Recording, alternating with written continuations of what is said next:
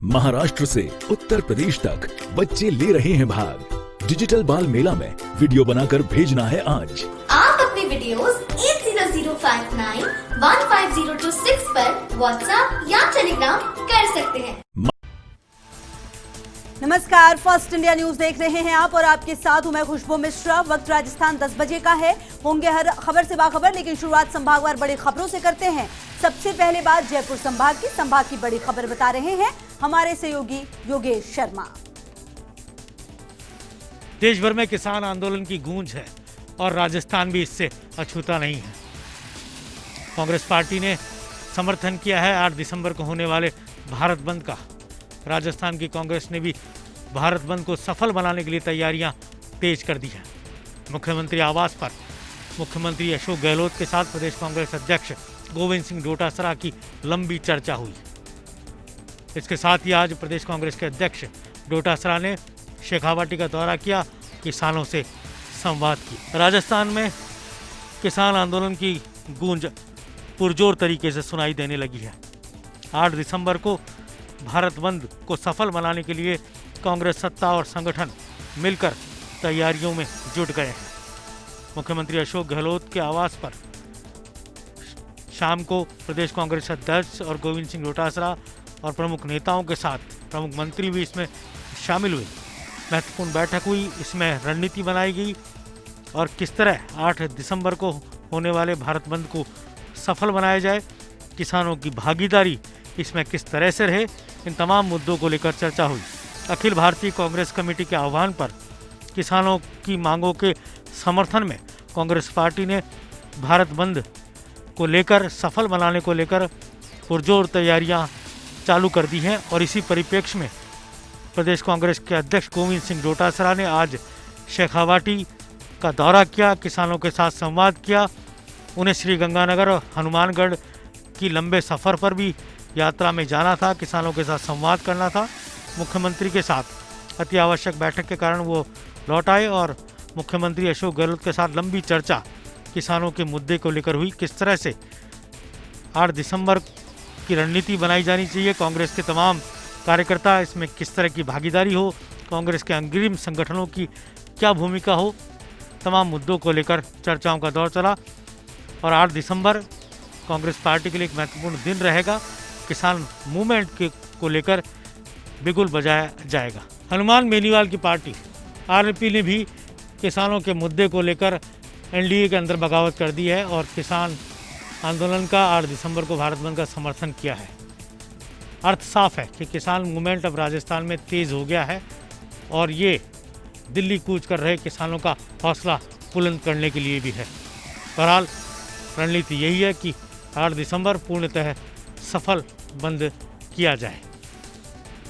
आगे बढ़ते हैं, बात बीकानेर संभाग की करते हैं, जहां की बड़ी खबर बता रहे हैं हमारे सहयोगी लक्ष्मण राघव।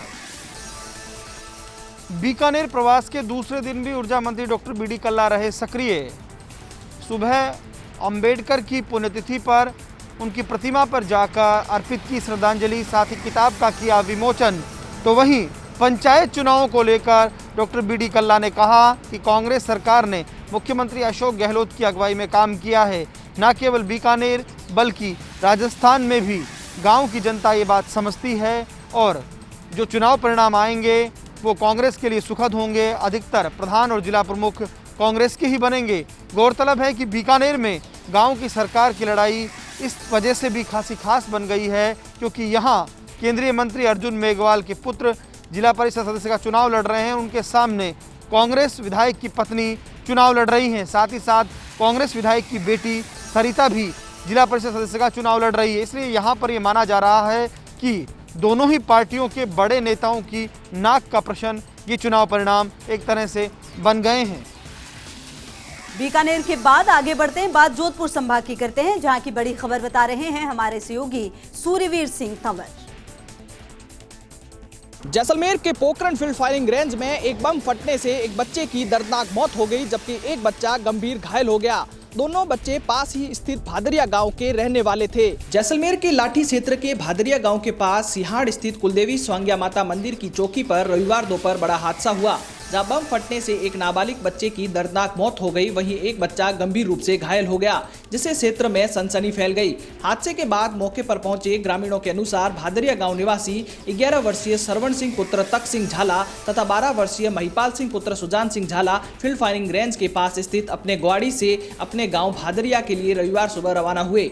इस दौरान उन्हें फील्ड फायरिंग रेंज में एक खिलौने के आकार की वस्तु मिली, जिसे दोनों बालक खिलौना समझकर वहां से उठा कर ले आए तथा भादरिया गांव से महज 1 किलोमीटर दूर कुलदेवी स्वांग्या माता मंदिर की चौकी पर लाकर उसे खोलने का प्रयास किया। ऐसे में खिलौने नुमा वस्तु बम होने के कारण तेज धमाके के साथ वह अचानक फट गया, जिससे सरवण सिंह के चीथड़े उड़ गए और उसकी मौके पर दर्दनाक मौत हो गई। वहीं महिपाल सिंह गंभीर रूप से घायल हो गया। धमाके की आवाज दूर तक सुनाई दी। इस दौरान वहां पर बकरियां चरा रहे चारावाहों ने धमाके की आवाज सुनकर मौके पर पहुंचे तथा उन्होंने इस घटना की सूचना भादरिया गांव के ग्रामीणों को दी। सूचना मिलने पर भादरिया ग्राम पंचायत के सरपंच प्रेम सिंह भाटी और कुछ ग्रामीण मौके पर पहुंचे, जहां पर गंभीर घायल महिपाल सिंह को निजी वाहन से तुरंत इलाज और उपचार के लिए चिकित्सालय भेजा।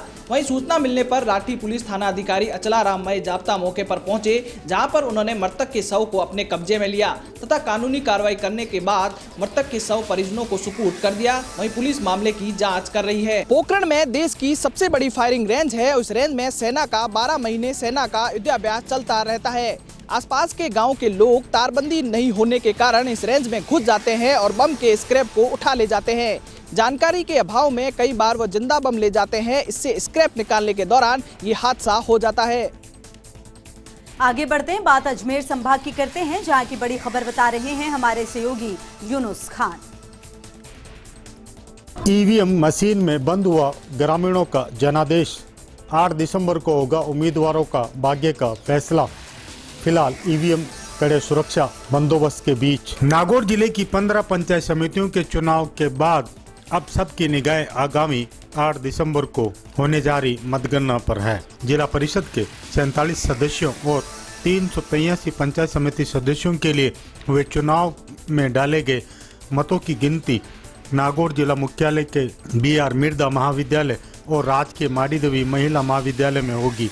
पंचायत समिति सदस्यों के मतदान के मतों की गणना 8 दिसंबर को प्रातः 9 बजे, जिला परिषद सदस्यों के लिए मतदान के मतों की गणना उसी दिन दोपहर 3 बजे होगी। BR मिर्दा महाविद्यालय में 141 टेबलें और माडीदेवी महिला महाविद्यालय में 66 टेबलें लगाई गई है।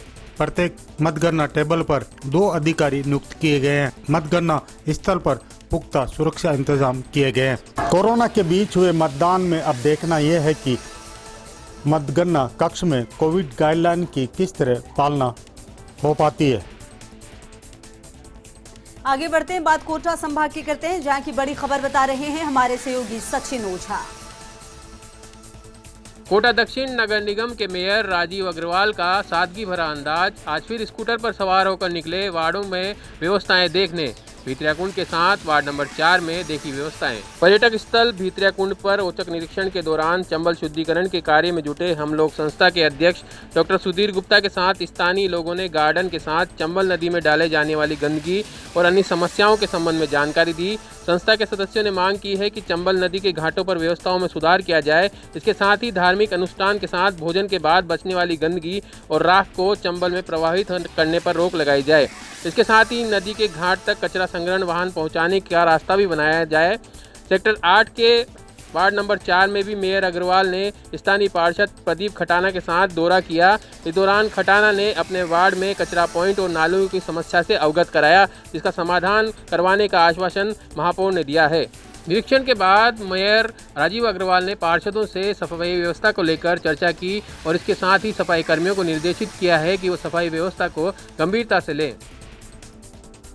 आगे बढ़ते हैं, बात उदयपुर संभाग की करते हैं, जहां की बड़ी खबर बता रहे हैं हमारे सहयोगी अनुपम दीक्षित। थोड़ी सी भी सूझबूझ दिखाई जाए तो बहुत अच्छा काम हो सकता है। इसका एक उदाहरण हमने आज देखा बांसवाड़ा के कटुम्बी में। वहाँ 8 माह की बच्ची पानी में डूब गई थी। परिजन बंगाली या अन्य किसी के पास ले जाते, इसके बजाय सीधे अस्पताल लाए।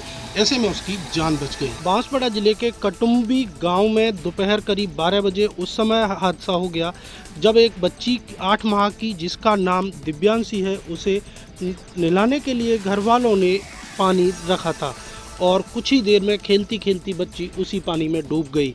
करीब 5 से 7 मिनट तक जब घर वालों को बच्ची की आवाज़ नहीं आई तो वे तत्काल सतर्क हुए और घर में तलाश की तो पता चला कि पानी के टब में बच्ची पड़ी हुई है। ऐसे में तत्काल उन्होंने उसे उठाया और सीधे कहीं इधर उधर या बंगाली डॉक्टर के पास ले जाने के एमजी अस्पताल लेकर आए। डॉक्टरों ने क्रिटिकल स्थिति देखते ही तत्काल ऑक्सीजन लगाई और उसका उपचार शुरू कर दिया। करीब 3 घंटे में ही बच्ची की स्थिति नॉर्मल हो गई। इससे सहज अनुमान लगा सकते हैं कि बच्ची की स्थिति कितनी क्रिटिकल थी। हालांकि परिवार की लापरवाही बच्ची की जान भी ले सकती थी। अक्सर होता यह है कि जब भी कोई घटना दुर्घटना आदिवासी क्षेत्र में होती है तो सबसे पहले जो परिवार होते हैं वो बंगाली डॉक्टरों के पास ले जाते हैं या फिर झाड़ फूंक के लिए ले जाते हैं, जबकि इस मामले में ऐसा कतई नहीं हुआ। जैसे ही परिजनों को पता चला तो लड़की की बुआ और उसका भाई यानी लड़की का पिता तत्काल उसे लेकर अस्पताल भागे। मां को भी साथ नहीं लाए और समय रहते बच्ची को अस्पताल पहुंचा दिया तो डॉक्टरों ने उसकी जान बचा ली। निश्चित मान के चलिए अगर यह किसी बंगाली के पास जाते या फिर किसी झाड़ फूंक वाले के पास तो निश्चित रूप से आज स्थिति यह नहीं होती। ऐसे में यह संदेश जरूर जाता है आदिवासी बहुल्य बांसवाड़ा जिले में कि आप इधर उधर के बजाय सरकारी संस्थाओं पर विश्वास रखें और ज़्यादा से ज़्यादा कोई भी इमरजेंसी आती है तो सीधे सरकारी अस्पताल में ही पहुंचे, न कि किसी बंगाली के पास या फिर किसी झाड़ फूंक करने वाले के पास। आगे बढ़ते हैं, बात भरतपुर संभाग की करते हैं जहां की बड़ी खबर बता रहे हैं हमारे सहयोगी रवि कचारा। नगर निकाय चुनाव को लेकर आज भाजपा और कांग्रेस के नेताओं ने सवारी कमान। भाजपा के नेता अशोक पन्नामी ने किया डी और कुमेर में भाजपा प्रत्याशियों के समर्थन में नुक्कड़ सभाएं। भाजपा के पूर्व प्रदेश अध्यक्ष अशोक पन्नामी आज जिले के दौरे पर रहे, जहां उन्होंने भाजपा प्रत्याशियों के समर्थन में डी और कुमेर में नुक्कड़ सभाएं की और उन्हें जिताने की अपील की। तो वहीं दूसरी ओर विधायक जोगिंदर अवाना ने भी कांग्रेस प्रत्याशियों के समर्थन में नगरी में जनसभाएं की और उन्हें जिताने की अपील की। वहीं भाजपा नेता अशोक पन्नामी ने कांग्रेस सरकार पर निशाना साधा और कहा कि कांग्रेस सरकार के अत्याचारों से जनता उब चुकी है। वहीं दूसरी ओर कांग्रेस नेता और विधायक जोगिंदर अवाना ने भी नुक्कड़ सभा में कहा कि नगरीय शहर का विकास और प्रकृति के क्षेत्र की जनता के लिए समर्पित किया जाएगा। नगर पालिका चुनाव शहर के विकास का एक प्रमुख आधार होता है। वहीं भाजपा और कांग्रेस के नेताओं के द्वारा नुक्कड़ सभाओं में किए जा रहे दावे कितने सच साबित होते हैं ये तो आने वाले 13 दिसंबर को क्लियर हो पाएगा, क्योंकि भाजपा और कांग्रेस के नेताओं के द्वारा ये दावा किया जा रहा है कि वह अपना बोर्ड बनाएंगे।